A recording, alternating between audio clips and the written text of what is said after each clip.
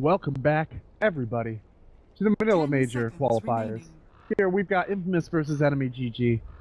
My name is Gorgon. I'm joined by Korean Barbecue, and I'm going to take it a little easy during this draft. This is more of a show match at this point. Both Infamous and EnemyGG are out, but there's still honor on the line. EnemyGG got very close to turning a game around. Game number one, and were unable to do so. Let's see how they do game number two. Korean Barbecue, what are you looking forward to in this match? Neither team really has chances, right? So maybe we'll see some crazy stuff. I really noticed that you've managed to let loose a little bit. Let's just talk about that briefly to start things off. So, Digital Chaos defeated Evernovas in the first game, meaning that they can't have less than 5 points when their run in the group stage is said and done. And since EnemyGG, I believe the most they could get at this point with that last loss is 4 points. So they are mathematically eliminated. Infamous already was before, since they had lost 2 series. So for all intents and purposes, as you said, this game is a show match. It is, however, a nice opportunity for both teams to get that good quality practice in terms of drafting and executing their lineups. And there's bright sides, there's positives for both teams from last game. I mean, I think Enemy, given the limitations of their lineup, especially after the bad start they had, they still executed very well in the fights going forward. Banana Slam Jamma had some incredible fights where, seemingly against insurmountable odds, they were able to break even, or at least keep Infamous on their heels. And, you know, they had a couple chances to come close to turning that game. And for Infamous, you have to be happy about how their early game execution went. The lanes and the rotations basically went the way they wanted to keep Enemy down. And they ended up taking some good team fights as well. Got their cores incredibly farmed, although some of the item choices we might have some questions about. So a lot of positives to take forward from this if you're both teams. And, you know, they won't make it to this major, but you're a professional Dota player, the struggle probably never stops. And you don't ever stop trying to get better and play against the best competition you can. So still a good stage for these guys to play.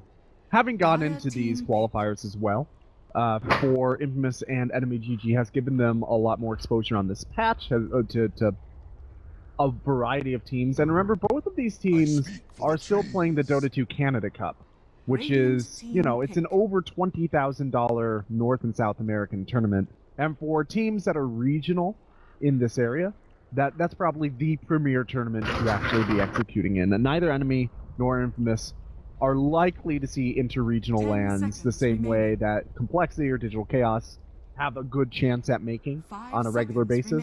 So this was sort of pie in the sky for them to get to Manila.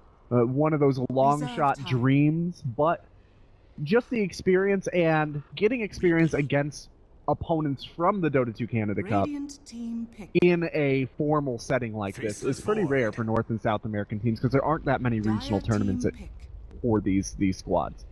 Exactly. This might be a time to try out your fun pocket drafts. And as you said, these teams aren't exactly going to be globe hopping. And, you know, again, the prize money for something like Canada Cup is not insubstantial for a team like Infamous from a different economic situation, basically. And, you know, again, talking to Infamous in Frankfurt, getting to know them a little bit, one of the issues that they really had, that they talked about themselves, is the sense of professionalism. I'm not just talking about some of the darker stuff like throwing games and that, but just having this general attitude that you take everything seriously, that you're not throwing games or just having fun in them because you feel your opponents are beneath you, and that there's bigger fish out there. There's always a bigger pond, and you have to keep getting better all the time. And so this is kind of a test for them. And, you know, we talked about last game, they could easily have just thrown or folded. They really had nothing to play for as far as the qualifiers went, other than maybe being a spoiler. And, you know, can they continue to improve from this tournament even when the games no longer matter? And hopefully, you know, we see that steps in professionalism continue to be taken by them and other squads.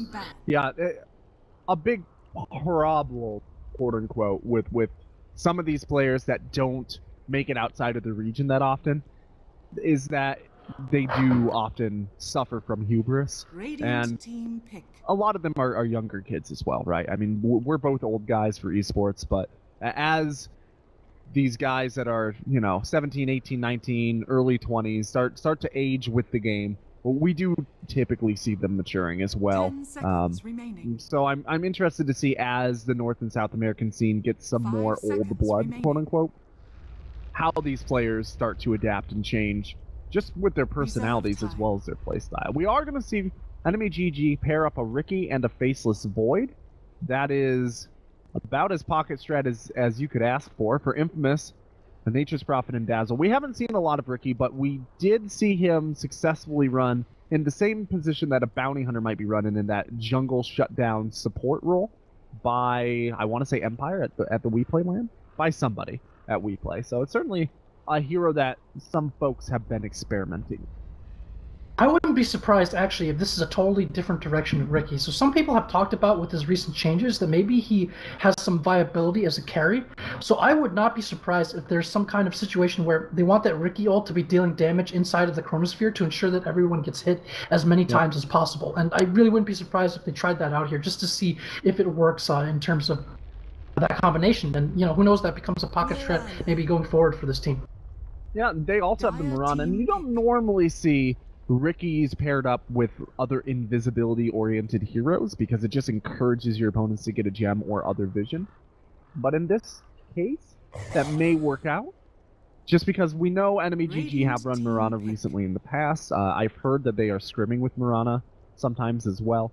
And using that Sacred Arrow to set up into the Chronosphere for that extra long stun, even after the Chronosphere expires, can be really effective. Abaddon is a good response to that Mirana setup, though. As long as he's not in the Chronosphere, or at least not the target of that Sacred Arrow stun, he can immediately lift it off with that Aphotic Shield.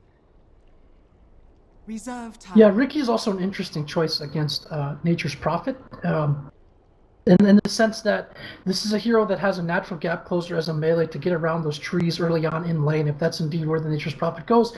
And of course, Nature's Prophet often counts on that being able to TP out to escape, and so if you have the Cloud from Ricky that you can cast from a decent distance, you can stop him from just TPing out, force him to use a TP scroll, or at least mind those cooldowns. So it's an interesting selection here against Nature's Prophet, who much of his lane viability comes from positioning and annoyance, and Ricky can kind of work his way around that based on his toolkit. Yeah, what I'm really excited to see here, not necessarily draft-oriented, is how seriously do EnemyGG come into this game, right? Because Infamous came into that last game and put everything on the table. They left it all on the field, so to speak, right? Even though there was no mathematical possibility of them moving forward. And Enemy got burnt by that. I'm really curious if Enemy just come in and goof around now, or if they're here to win it. The Lich combo with the Faceless Void is really nasty. Yeah, there's a lot of things are being centered around this Void right now. Mirana obviously profits tremendously from things being frozen in the Chronosphere. And, you know, but you get to this point where you kind of need big Chronos, it feels like, to maximize the Ricky ultimate and the Lich ultimate. And if you don't get those, the fight becomes a little bit harder to take in terms of holding your ground against some of these heroes. So I'm interested in seeing what the core picks are for Infamous.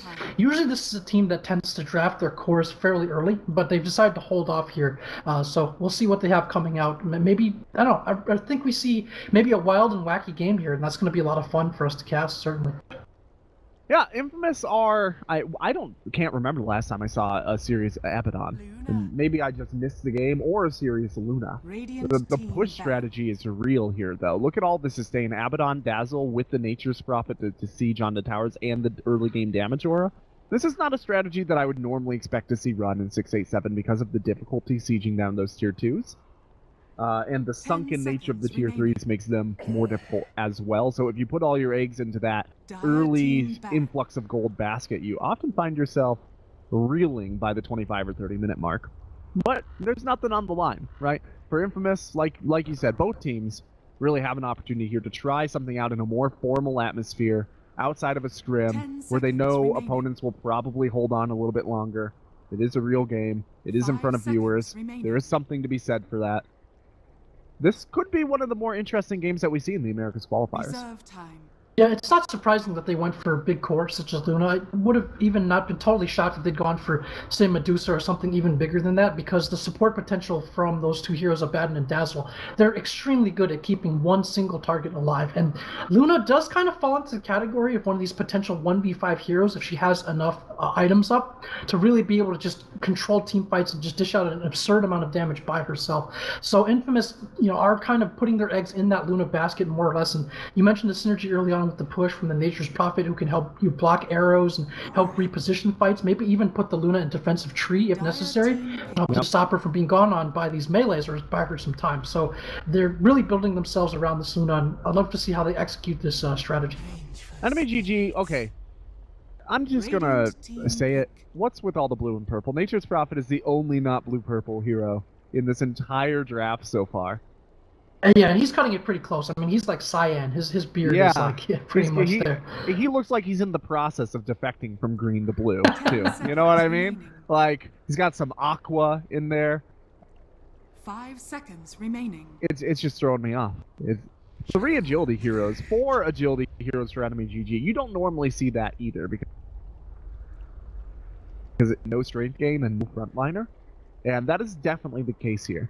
The only frontline potential that they have is BSJ's Illusions, and since 683, or maybe more recently than that, but since some relatively recent change over the last year, you can easily tell which Terrorblade is real and which one isn't. So, EnemyGG may find themselves in a situation where they don't have anybody to take the brunt of the damage. So we're going to see some interesting lanes here. That is going to be a support Riki, not a carry Riki.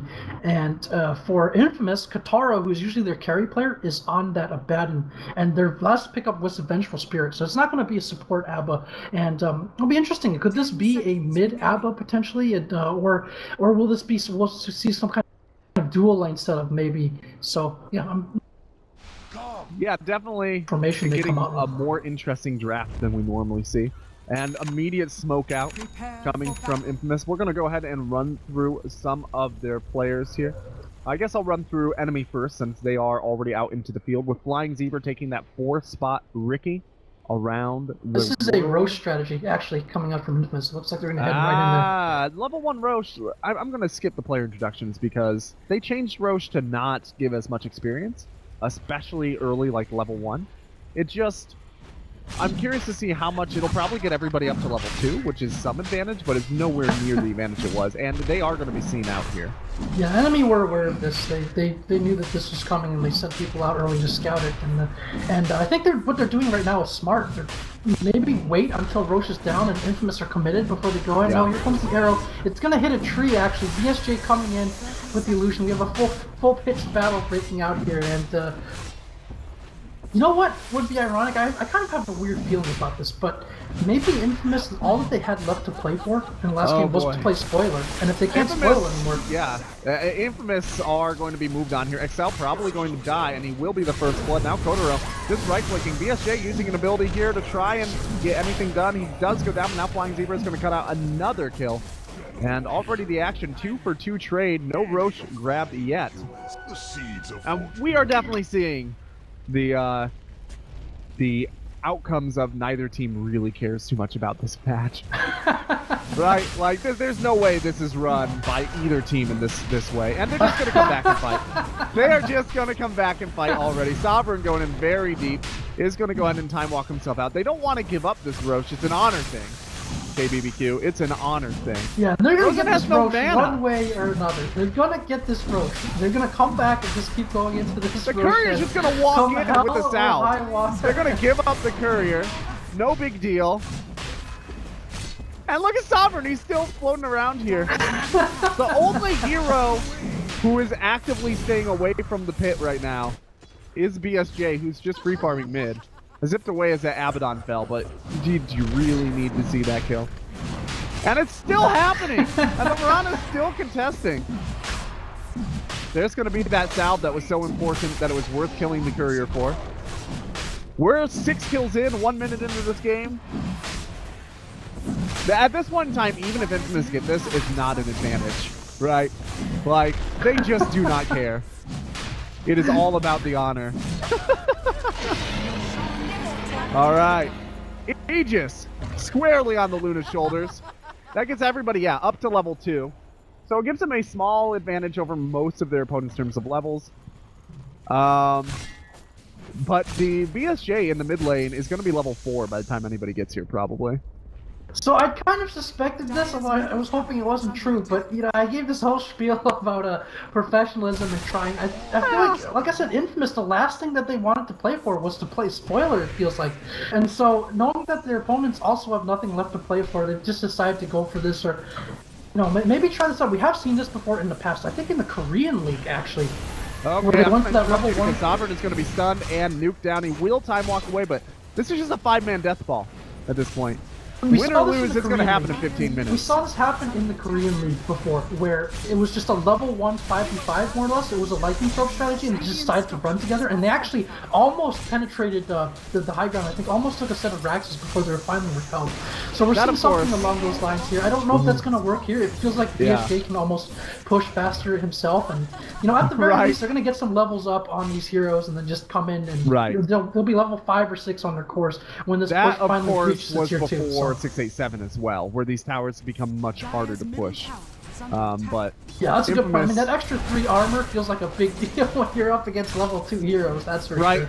And the damage is up to 25% more per hit for the tier 2s, and the tier 3s are sunken, so you have to come onto the high ground, and you can get very easily repelled by just 2 heroes early in the game. You have an ice armor first Lich, knowing that this is happening to keep that tower up. So I suspect the first team wipe here, that infamous experience, will be the end of this. And yeah, you know, just got done talking about that professionalism. This is the way we're gonna go. But you know what? These teams, they earn the right to have some fun. Yeah, they really just need to relax. Everyone just have some of the pressure taken off them, and you know, it's obviously just hard to be a good enough team to get invited to this main qualifier. And you know, and the deal is here too. You do have to keep in mind that there is nothing on the line. They do probably care a little about the viewer experience, but they're also probably aware, with nothing on the line, the viewers that are stopping by are probably looking for some cheese, some antics, and some memes. You know, it's like this is part of the viewer experience here. I think you maybe want to see this. So I do appreciate that Infamous came in with the intention to just ruin it for everybody else. Like, be as gatekeeper, be as spoiler as they possibly could. But as soon as it's over, they're like, screw it. Death ball or nothing. Tu madre come hamburguesas en tu bañera. Moving forward. Well, they kind of said if we can't get to that major again, we'll make sure you guys don't either. So. But you're not better than us. It's basically all they wanted to say to EnemyGG. Like, yeah, we're not moving forward, but there's no way in hell you are either. And still the death ball. BSJ's just ignoring it. He's chilling up here. Let's talk about the infused raindrops. We see that in the Dazzle. I'm surprised this item hasn't been picked up more, actually, because it's been getting picked up a ton in China, is my understanding. Not that I've watched a lot of those games, because I've been casting in every other region, basically, but my understanding is that Chinese players really highly value it. In North America, we basically never see it. I'm also surprised by that. You know what? That might explain some things with regards to my lineage. I did a patch breakdown with Scant and Witcher, and I was absolutely in love with this item. I know you were, because you messaged me when this item came out, and you said, "Good luck stopping me mid now, you scrub. Infused raindrop. I'm invincible. Lol, lol, lol, lol, lol." Yeah, that was my patch note from you. It gives an absurd amount of regen given its cost, and also blocking those nukes I feel is big for basically all lanes. Like if you're an offlaner, it insulates you from a nuke early on by like a level 3, level 4 hero, basically. And for any kind of prolonged fight, anybody that fears ganks from these quick bursts, it's just really good for just about anybody. And I'm surprised it hasn't been picked up more everywhere. And you know, I'm not surprised that the Chinese love that item as much as they do, and I wonder if it'll actually catch on. Obviously not in this setting where you've got 2 raindrops on the Dazzle. Well, then again, it's given him quite a bit of mana regen, so he can just keep on healing right through as they continue to clear out these towers to Infamous. This 5-man has not been stopped just yet. Yeah, this is just going to continue to be death ball until it's high ground defense, and the question is, can Enemy get enough onto BSJ for, okay, we're going to see the reflection along with the Chronosphere, and immediately everybody from Infamous dies. This is Shakespeare, this is Faust, nobody gets away. Vengeful Spirit will be taking some damage as well, and Wilfrey going down, Sovereign closing that gap. Yep, that's the end of that. That's Enemy. You can take everything, but our off lane is sacred. God damn it, this is I never thought I'd ever hear someone say this is Shakespeare in a Dota cast as my co-caster, so I'm glad I lived to that moment to have that happen. I feel like I say that a lot now that I think about it. It's sometimes you just gotta reference the old times. That now Kotaro just running in, because why the hell not? He's only level 3, but he's big and bold, playing those edges as we've talked about so many times. Sovereign getting caught out a bit. He does have a time walk. Oh, the stun will save him actually. Slayer has a haste, so he's fine. And now the Ricky throwing down the smoke for the mischance. Meanwhile, BSJ, he just continues to do his thing. And Infamous are not deterred, Korean Barbecue. Infamous are going to return top as 5. Vlad's is up on the Luna. You know, that Dota is going to have a lot of fun with some of the item choices from this game, that's for sure. But, you know, let's talk a little bit about Not Today and Dragon, because that is the next match that we're going to be casting to let our viewers know. And that match does matter because Group A has not yet been really taken firm shape just yet. And so both teams have a chance to move on there. I think Not Today played one series yesterday, and I believe they went 2-0 in that series. They managed to win that series. And Dragneel, as far as I know, I think they went 1 tie, 1 loss. So both teams still very much alive, trying to make a dent there in that Group A. So yeah, that'll be next up on our cast docket when this game is over. So after this game, I'll probably throw over to some of the European games for a little bit in the host. If you guys just want to hang on this channel for some Dota, we do have some games, as Korean Barbecue mentioned, coming up that will presumably not be 5-man death ball for Infamous. If Infamous actually win this game with this strategy, I might cry. Like, there's just no way. Well, there's a Chronosphere up there. There's not yet a chain cross because this Lich is level 3, so... Right? It's not even 10 minutes in, so... There's a mech. You know what? If you make sure here's the Chronosphere. Sovereign is going to move in and just do solo right clicks with the Chronosphere, not getting anything done. BSJ not there to mop up. Okay, that's a big Chronosphere down. There's no ults left. I think if you keep the supports back, keep them alive, they might have enough left in the tank. There we go. There's going to be the Grave going out onto the Vengeful Spirit. Vengeful Spirit trying to get away. Will not be able to. One last right click from Sovereign will mop it up, as you mentioned now. Greedy is going to move on to Slayer, who gets a leap over the edge and passable terrain for the save. And now Frozen moving around. He is going to run away from his team and be hunted down. Do you want to build a snowman in hell, Frozen? That's where you're going. All right. Flying Zebra just running out for no apparent reason. Why the hell not? BSJ forced to retreat. There is a ward down here. Sovereign also getting away. They tried to bring down that Terrorblade, which would have represented a significant amount of experience. They're going to come onto the high ground here. We thought that it was the end when they were pulsed at the tier 1, but apparently not. Just being proven wrong left and right here. Are we seeing the formation of a new meta here, Corkin?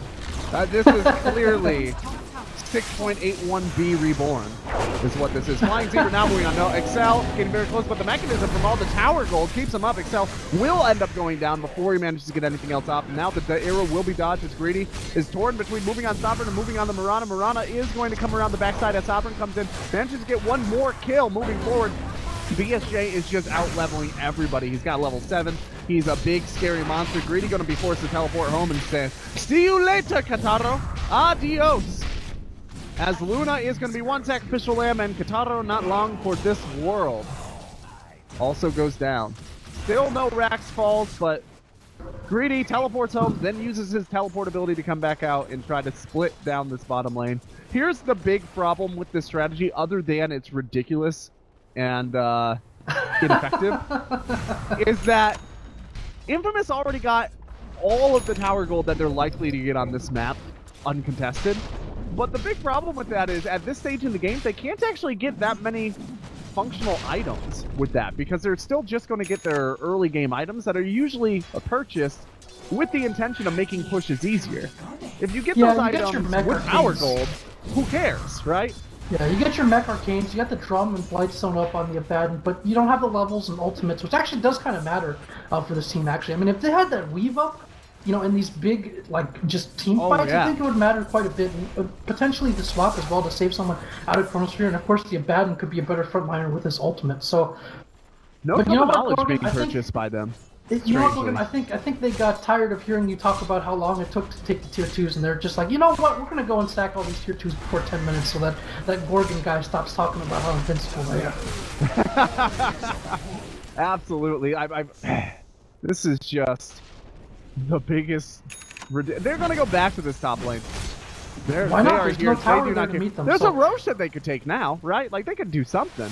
There That's is true. an They outside have to objective watch that out they for can this take. chronosphere. They have to play around this big chronosphere. Lich still does not have Chain Frost just yet, so they have to watch out for this Chronosphere chrono. is going to be coming out here. Sovereign is looking for the opportunity. There it is. He grabs 3. VSJ sitting on the outside will immediately get a kill onto the Vengeful Sphere. No! The Grave Save from the outside. Vengeful Sphere will be walking away, but there's going to be the Ricky coming in, throwing down his ultimate as well. That is going to be a dead Luna. Greedy, probably not long for this world. The Lich does get the Chain Frost in the middle of the fight. There's going to be the Summonables for no apparent reason, and Vengeful Spirit, after the Grave Save, will be the only hero to escape. Infamous, however, did manage to plant some high ground vision there onto NME. Obviously, that's going to play huge High ground factor. vision, and there's the GG, and they're all just going to rage quit out. It was fun while it lasted, folks. All right. That's all we've got. Both these teams are out. More than likely, we're looking at Digital Chaos coming forward out of this group. We're looking at the Open Qualifier, the second tier Open Qualifier team as well. FDL moving forward from this group almost certainly, if not certainly. I don't have the numbers in front of me, but I believe that it's a guaranteed at this point. It is because the fifth team in the